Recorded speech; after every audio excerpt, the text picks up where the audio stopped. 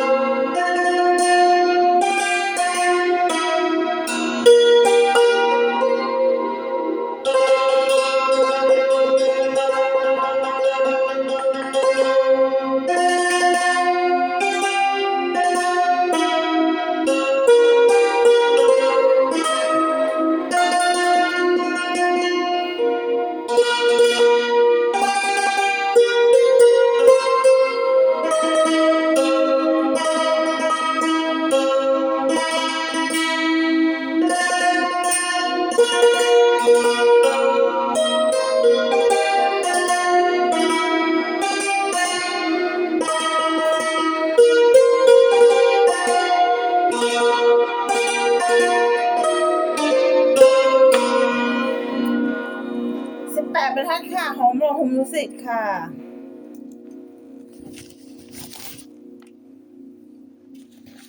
เพลงต่อไปนะคะ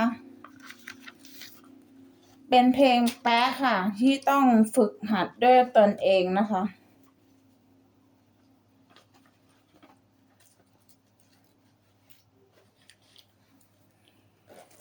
ขอแค่ครึ่งท่อนพอนะคะ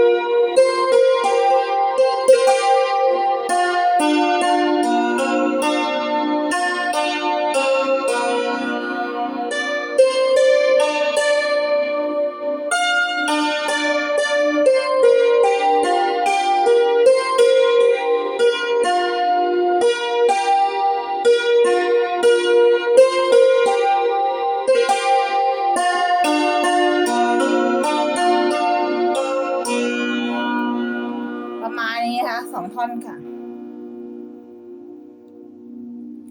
เพลงต่อไปนะคะ เป็นเพลงราวเสียงเทียนค่ะ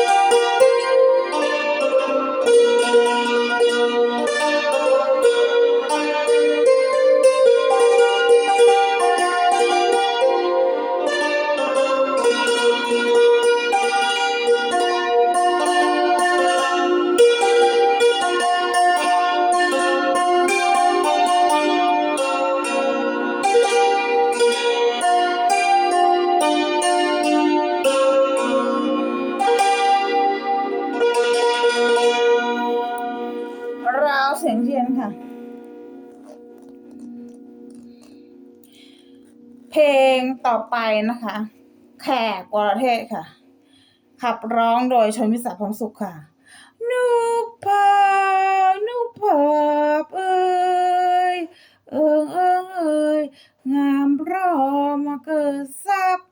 อันประมงคลเอ่ยน้อยใหญ่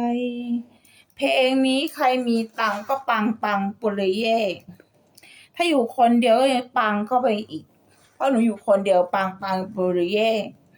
สาวโสดปังปุริเย่อยู่คนเดียวแรมขอให้รวย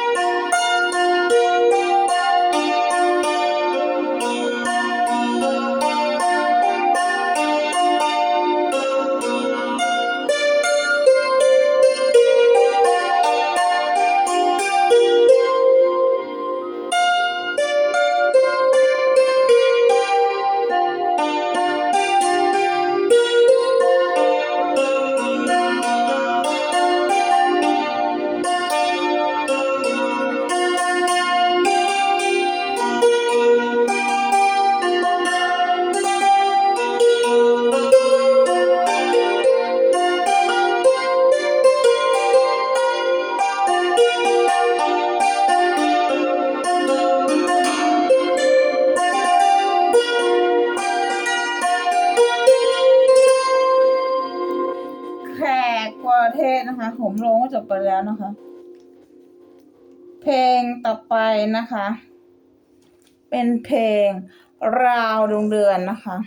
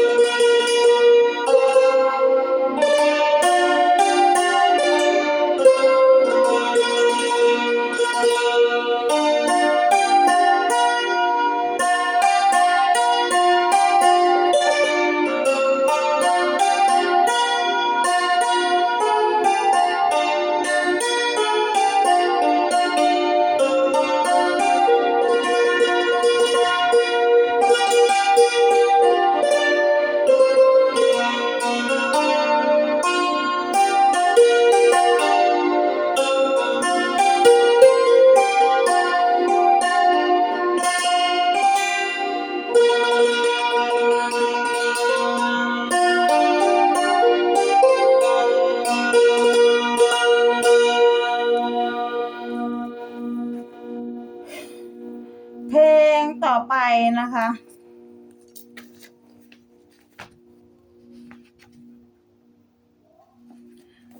ราวเสวยรวยราวสำเร็จค่ะ เอาราวเสวยรวยไปก่อน หรือราวสำเร็จดีค่ะราวเสวยรวยนะคะ หรือว่าหยุดไว้แค่นี้ก่อน หยุดไว้แค่นี้ก่อนนะคะ เดี๋ยวพรุ่งนี้หนูมาเตรียมให้ใหม่นะเจ๊โอกราบสวัสดีนะคะ เพราะว่าหนูติดTikTok อยู่ สวัสดีค่ะ เพราะว่ามันหมดเวลาหนูแล้วนะคะ